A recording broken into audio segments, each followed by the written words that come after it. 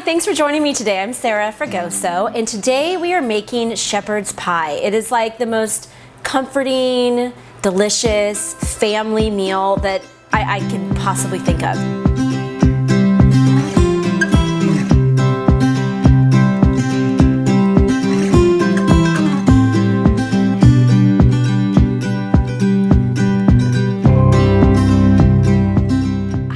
Own little twist on shepherd's pie that I'm going to share with you today that I hope you really enjoy. It's completely grain-free. I do use some dairy, but if you're dairy-free, I'll tell you right now what you can sub with. When I use butter instead, use ghee, which if you have a lactose intolerant, ghee is clarified butter, so all the lactose is cooked out of it, or you can use coconut oil if you like. And when I use heavy cream, just sub that for coconut milk. So you can make this completely allergy friendly, so there's no flour, there's no gluten, there's no dairy if you don't want any. So cook along with me and let's get started. So with my shepherd's pie, I use ground beef, and I start with 2 pounds of ground beef. But if you want to kind of make it a little fancier, or if you really like lamb, what I suggest doing is use a pound of ground beef and a pound of ground lamb. So I'm going to start first with my onions, and I have 1 small yellow onion finely chopped, and that's going to go into my nice warm hot cast iron skillet here, where I have about a tablespoon of butter. But like I said, if you're not using dairy, you can use ghee or coconut oil. So the onion goes in, and then that's going to be followed by my ground beef. So the 2 pounds of ground beef, or if you're using lamb, it's fine too, goes into your skillet. And we're just going to cook this down until it's browned. And once this is browned, we're going to add in our other vegetables. All right, now our beef is browned. So we're gonna add in the rest of our veggies and then create the base for our shepherd's pie. So I've got 2 cloves of garlic that I've minced up, so that's gonna go on into the meat. And then I have 5 mushrooms that I've just kind of chopped up into small pieces, so that's gonna go in. I like mushrooms in this because this is such an earthy, awesome dish that it just adds kind of more of that earthiness. And then I have 3 carrots that I've also diced up. So when you're putting veggies into a casserole like this, it's really smart to chop everything up the same size. That way it all kind of has the same mouthfeel and it will all cook at the same rate. And it just makes it look a little more pro too. Even though you're a home cook, you want to present something to your friends and family that looks like you kind of know what you're doing at least. So that's just one little trick to fool folks that you're a grand master chef, is just cut your veggies up the same size. So once the veggies are in, we're going to give that a stir. And now we're gonna season our shepherd's pie. So this is where the Sarah twist comes in, because I can never just do anything how you're supposed to, which is what makes cooking fun for me, is to be a little bit of a rebel in the kitchen. So I have got about a tablespoon of all-purpose seasoning. So a tablespoon of that's gonna go in. And then I've got a tablespoon of French thyme. You can use regular thyme if you want to. I just like the way French thyme tastes, just a little bit different. So a tablespoon of French thyme. And then paprika. This really makes it rich and yummy. So a tablespoon of paprika. And because everything needs to have a kick in my house, in my opinion, a little bit of cayenne pepper. It doesn't really make it spicy, it just gives it a nice little bite. And that's just about a 1/4 teaspoon. And then some crushed black pepper. So we're gonna put in just a taste. I like about 1/2 teaspoon to a teaspoon of black pepper. And fresh parsley. I think every dish should have some fresh herbs in it, just to give it a little brightness, especially a dish like this that's so rich. Just some fresh herb just adds to it. So about a handful, so about 1/2 cup, 1/4 cup of fresh parsley chopped up. So we're gonna get all the spices mixed in, and then we're gonna add the rest of our seasoning, which is pretty simple. It's just some Worcestershire sauce. So I use about a 1/4 cup of the Worcestershire. I'm probably not saying that right, but you know, to each his own. Dump that in, and then the final secret ingredient, I did a cooking demo for this previously. This is my awesome, yummy beef bone broth. So we're gonna put out about a cup of our bone broth in, and this is gonna give it that flavor that you really want to have in your shepherd's pie. This is like home in a big old pan right here. So we've got all that together. So we're gonna mix it well, bring those flavors together. You want those carrots to start to get soft. So I've got kind of a runny, brothy mixture in here that smells amazing, but I wanna thicken it. And you know, when I first started cooking grain-free, I felt really limited because I was like, oh my gosh, I can't thicken my gravy. I can't make good reduction sauces anymore. So I had to do a lot of experimenting. And there's a million ways to reduce sauces down, make them thick, make them creamy, make them yummy. But what I'm gonna use today to thicken my sauce is a little bit of heavy cream and some kuzu starch. It's this awesome stuff that's made from a root vegetable, and it really helps to thicken sauces without having to use flour or other products that you might be trying to stay away from. So I'm gonna add in some of my heavy cream, which if you wanna make this dairy-free, like I said, use coconut oil. And I'm gonna use probably just about 2 to 3 tablespoons, so it doesn't take a whole lot. Gives it more of that nice rich flavor. And then when you're using kuzu starch, it looks like this, and it's really kind of this fine ground up powdery stuff, and you want to mix it with water. So if you have a cup of liquid, you want to use a tablespoon per cup of liquid. And a tablespoon of kuzu starch should be mixed with 2 tablespoons of cold water. So I've got that here, and we're going to mix it up. So you can see it starts to dissolve once you put it in the water. So we're going to mix it up until it's all dissolved. So this is going to kind of act like cornstarch would if you were using that as a thickener, but so much better for you. So now that it's mixed into the water, we're going to just pour that right into our base of our shepherd's pie. And all you're going to do is just mix it up until it gets thick. Super simple. So this is really coming together really nicely. I'm actually going to add 1 more tablespoon because I want it to be a little bit thicker. So use that based on your own discretion, and that's why cooking is so much fun, because you can change things as you go if it doesn't work out for you. So we're going to add another tablespoon of the kuzu starch, and then it should be perfect. So while that simmers, we're going to work on what's going to be the crust or the top of our shepherd's pie, and that's going to be potatoes.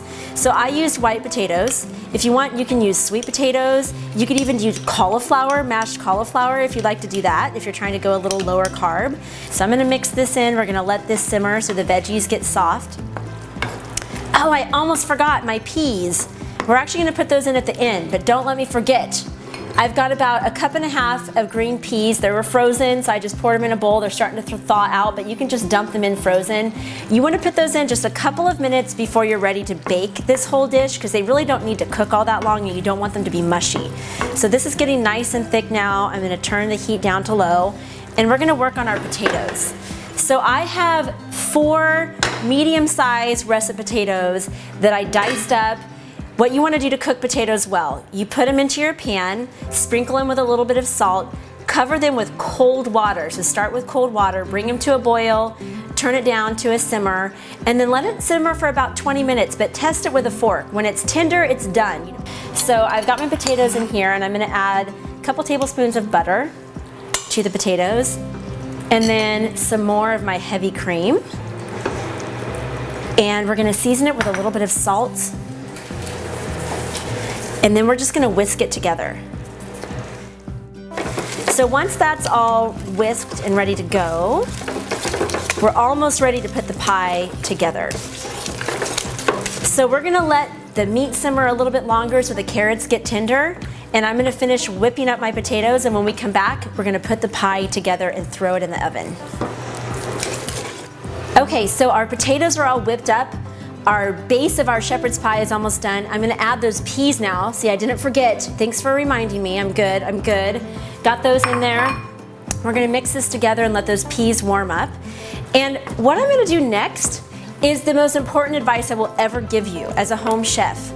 Always taste your food. Always, always, always. You don't want to feed your family or your friends or your loved ones or yourself something that you don't know quite yet what it tastes like. So that's the beauty of cooking.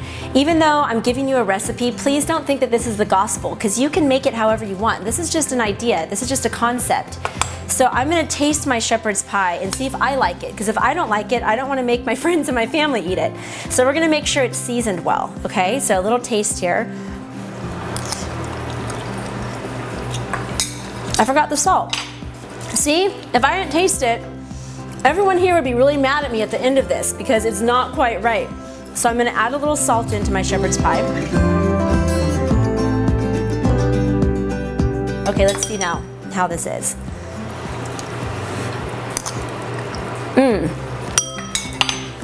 Changed the whole thing. Now it's perfect. All right, so now we're gonna put our shepherd's pie together as I chew. I like using a deeper dish because that way you can really fill it up. And if you want it thinner, you can use like a bigger pan, or thicker, you can use a smaller pan, but this is how I like to do it. So I'm gonna get my hot pad here, and we're gonna dump the filling of our shepherd's pie into my big old baking dish. And it's a workout cooking with cast iron, by the way, but I love it. It's like my favorite thing now is to cook in cast iron. So we got the base of our pie into the pan, and we're just gonna spread it out so it's nice and even. Oh, I wish you guys could smell this. Oh my God. I made this last week for my family, and I seriously thought we were gonna have tons of leftovers, and we did have some, but oh my gosh, we all went back for seconds. So good, so comforting. But this is literally how I cook every week. I make enough so that I know the next day we're gonna have food for lunch, because as much as I love to cook, I've got other things to do besides being in the kitchen all the time. So now all we're gonna do is just layer the potatoes on top of the shepherd's pie for our crust. So nice and easy. Try not to mix them in with the meat mixture, because you want this to act like something that's gonna kind of seal all the meat in, trap in all those flavors and those juices, and then we're gonna make a nice golden top to these potatoes, and I'm gonna show you that trick in just a second. My kids are at a little homeschool program that they go to on Fridays, and when they come home, they're gonna know what I made as soon as they walk in the door, because they're gonna be able to smell it. Okay, so we're ready to bake our shepherd's pie. And the secret to the nice golden crust we're gonna achieve is to brush the whole thing with a whisked egg.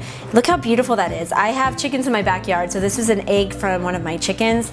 And it's so crazy the difference in the color of the yolk between backyard chickens or free range chickens and whatever you might buy in the store. So every time I eat eggs, I'm like, thank you to my little chickens for these awesome little gifts that I have.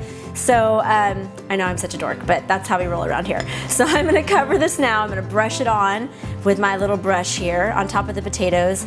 And these potatoes are like velvet smooth yumminess because we cooked them the right way. And then also the butter and the cream that we added, which of course makes it awesome. All right, so I've got my nice egg wash on top of my shepherd's pie. And now we're gonna pop it in the oven. So my oven is preheated to 350. And I'm gonna cover it tight with tin foil, and I'm gonna bake it for about 15 minutes, then I'm gonna take it off. And I'm gonna bake it for another 10 or 15, because it's all already cooked. We just want the flavors to meld together and get the veggies a little bit softer and to get that nice crust.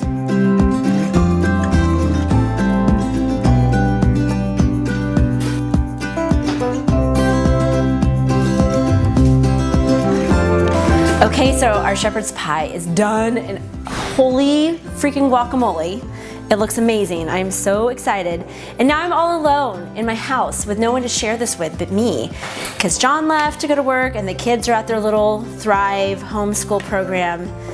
Sad, sad. All alone with my shepherd's pie. I think I'll handle it. Okay, so we're gonna scoop this out. This is like not fancy at all. You just want to put it on a plate and dig into it. So make sure you get the goodness that's underneath and just kind of pile it all around. And you can see we've got a beautiful golden crust on the top from putting that egg wash on. And this is the bomb. We have got Sarah's version of a shepherd's pie.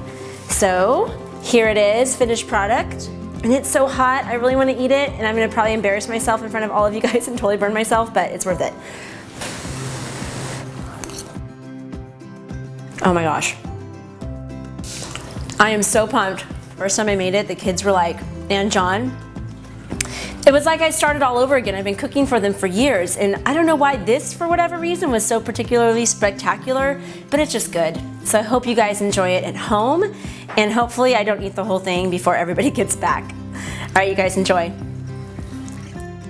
Thank you so much for watching. For more on me, please visit my website, sarahfragoso.com, and be sure to subscribe to my YouTube channel so you don't miss anything. And if you want the full recipe from today's shoot, just click the link below and you can get it there. See you next time.